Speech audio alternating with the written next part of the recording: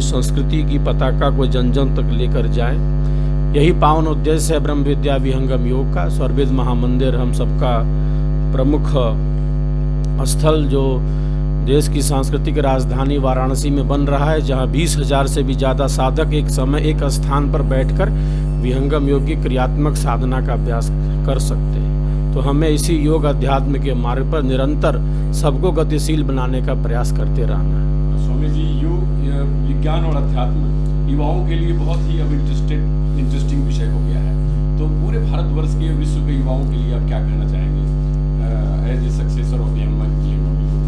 अध्यात्म स्वतः विज्ञान है। इसको कहते हैं चेतना का विज्ञान, साइंस ऑफ कॉन्शसनेस। इसका आधार हमारी आत्मा है। इसीलिए अल्बर्ट आइंस्टीन ने कहा था, जहाँ से भौतिक विज्ञान समाप्त होता है वहाँ से अध्यात्म का विज्ञान शुरू होता है। तो अध्यात्म ही समाधान है। अध्यात्म से हमारी युवा शक्ति जितनी जुड़ेगी वो निश्चित रूप से शारीरिक, मानसिक, बौद्धिक, देश, समाज, राष्ट्र, विश्व के लिए उपयोगी होगी।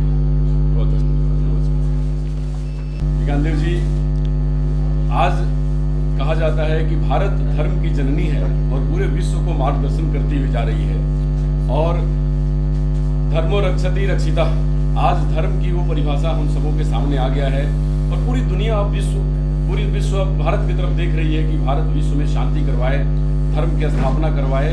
तो इसमें अपना योग और आपका क्या मत है, क्या विचार है, आप क्या कहना चाहेंगे? भारतीय संस्कृति अत्यंत समृद्ध है, जिसने हमें अध्यात्म को सहज रूप से प्रदान किया है। तो हमारी जो संस्कृति है विश्ववारा संस्कृति है, विश्व की आदि संस्कृति है, जिसका आधार अध्यात्म है। तो आध्यात्मिक जीवन भारतीय जीवन है, हमारे ऋषियों का जीवन है। अध्यात्म की इसी धारा को विहंगम योग के प्रणेता सद्गुरु सदाफल देव जी महाराज ने साधना की अतल गहराइयों में पहुंचकर प्राप्त किया और संपूर्ण विश्व की मानवता के कल्याण का मार्ग प्रशस्त किया। तो विश्व का कल्याण, विश्व की शांति, यही भारतीयता है। भारत विश्व का कल्याण चाहता है, विश्व का उद्धार चाहता है। आज विश्व शांति के नाम पर अनेकों सम्मेलन होते हैं, लेकिन जब तक प्रत्येक व्यक्ति मन की शांति का अभ्यास नहीं करेगा, मन की एकाग्रता का अभ्यास नहीं करेगा, विश्व में शांति की कल्पना नहीं की जा सकती।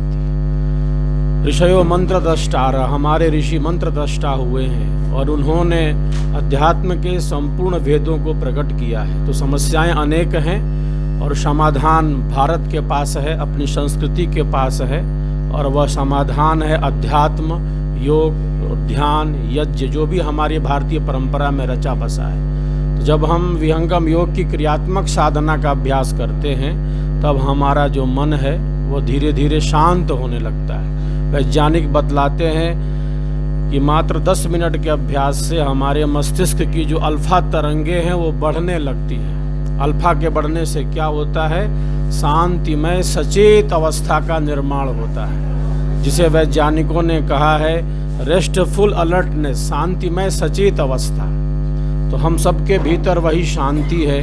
हम सबके भीतर अंतरात्मा रूप से परमात्मा ही स्थित है। तो प्रेम, मैत्री, करुणा का भाव संचारित रहे सबके अंदर। प्रेम का, मैत्री का, सद्भावना का, करुणा का, भाईचारे की भावना का विकास हो और हम अपनी